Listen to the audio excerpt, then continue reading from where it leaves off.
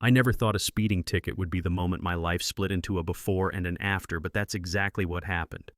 One second I was pulling into my own driveway thinking about dinner, the next I was standing in my doorway, realizing that the rules I thought protected people like me didn't seem to matter at all. And yeah, I know how that sounds. Everyone says their story is different. Everyone thinks their situation is the one that proves something. But stay with me, because this wasn't about a bad mood or a misunderstanding. This was about what happens when power gets offended and how fast things can spiral when someone decides you don't get the same grace as everyone else. It started like the most boring story imaginable.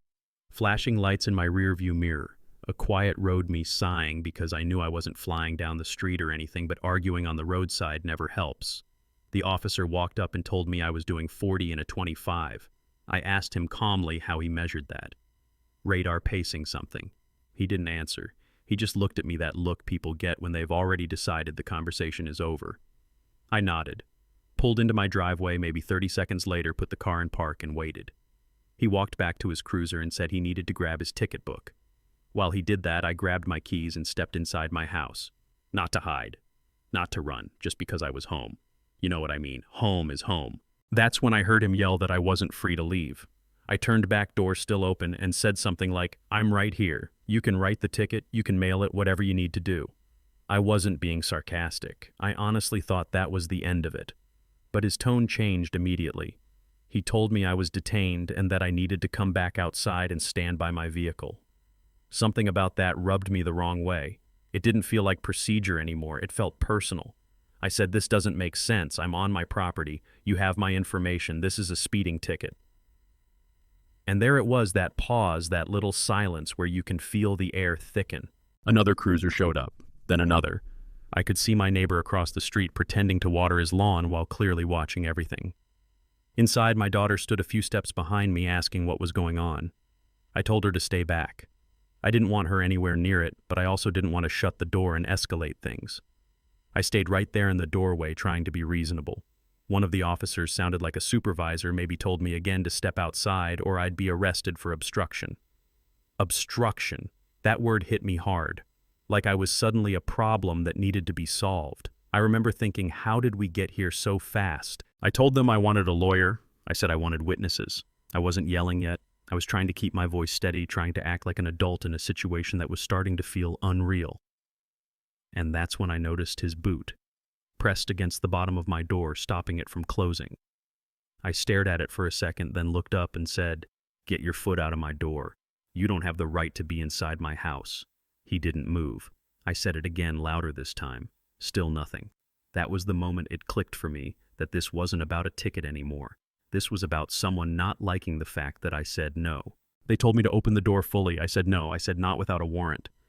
And yeah, I could feel the tension spike the second that word came out. It was like I'd challenged them.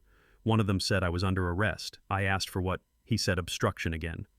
I actually laughed, not because it was funny, but because it was absurd. Standing in my socks in my house with my kid behind me, being told I was going to jail for not stepping outside to get a ticket. Yeah, that happened. Then the threats started. Open the door or you're going to get tased. I felt my daughter grab onto my shirt. I could feel her shaking. I remember thinking, this cannot be how this works. This is not how it's supposed to work. I told them again to get their foot out of my door. I told them this was unnecessary. I told them I was calling a lawyer, and then the door came in. Hard. Everything after that is loud and fast and blurry. Hands grabbing me, someone shouting commands that didn't make sense, my daughter screaming my name. I heard someone yell taser, and then my body locked up like it didn't belong to me anymore.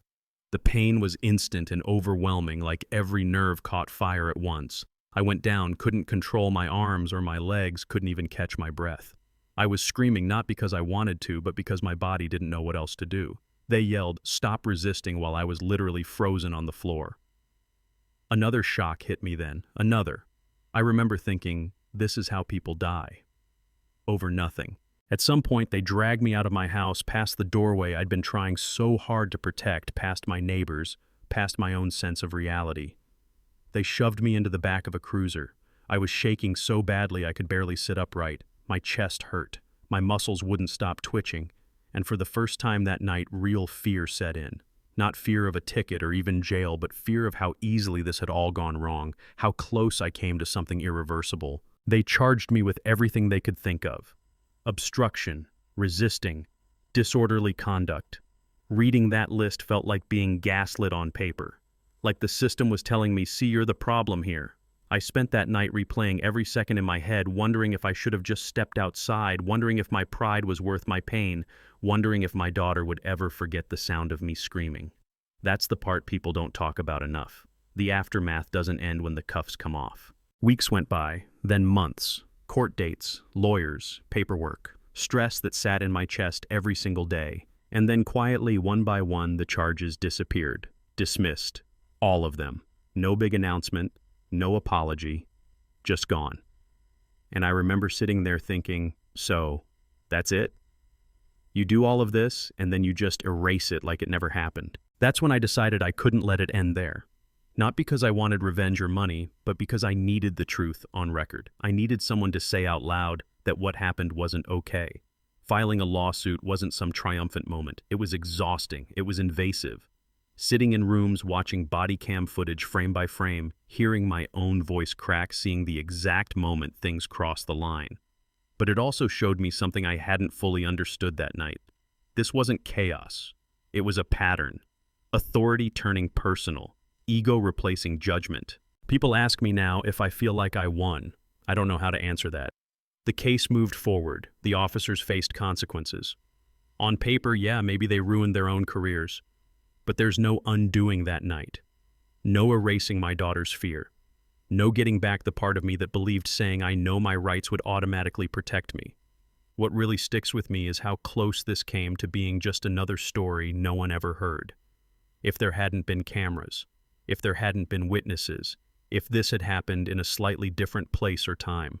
So here's the part I want you to sit with. Was I wrong for not stepping outside? Or was I right for drawing a line at my own front door? If someone with authority gives an unlawful order, does responsibility fall on the person who refuses or the person who abuses their power? Everyone loves to say just comply, but comply with what exactly? Fear, ego, injustice. I'm not telling this story so you'll feel bad for me. I'm telling it because I know I'm not the only one. I know there are people listening who've had that moment where their stomach dropped and they realized the situation was no longer about fairness. So I want to hear from you. Do you think I handled it wrong? Do you think you would have done something different? Have you seen something like this happen or had it happen to you? Drop a comment. Argue with me. Agree with me. Tell your story. Because the one thing that guarantees this keeps happening is silence. And if standing in your doorway makes you a problem, maybe the real problem is much bigger than a speeding ticket.